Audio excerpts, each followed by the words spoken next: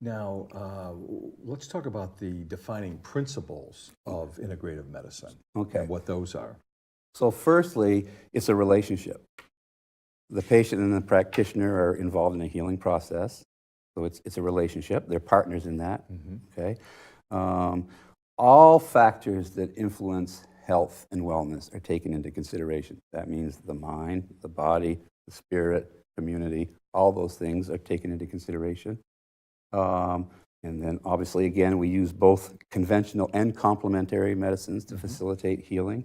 Um, Interventions tend to be less invasive and more natural whenever possible.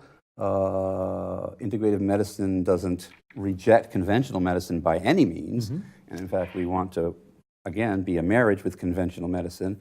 And we also accept, alternative therapies uncritically, if they make sense.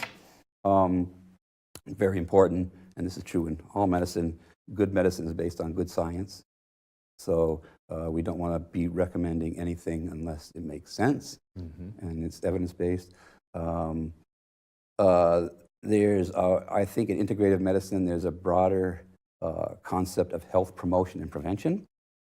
And lastly, something that I work on every day is that practitioners of integrative medicine should exemplify the principles of integrative medicine and commit themselves to that as well. And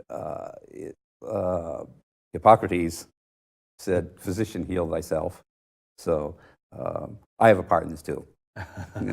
Absolutely. So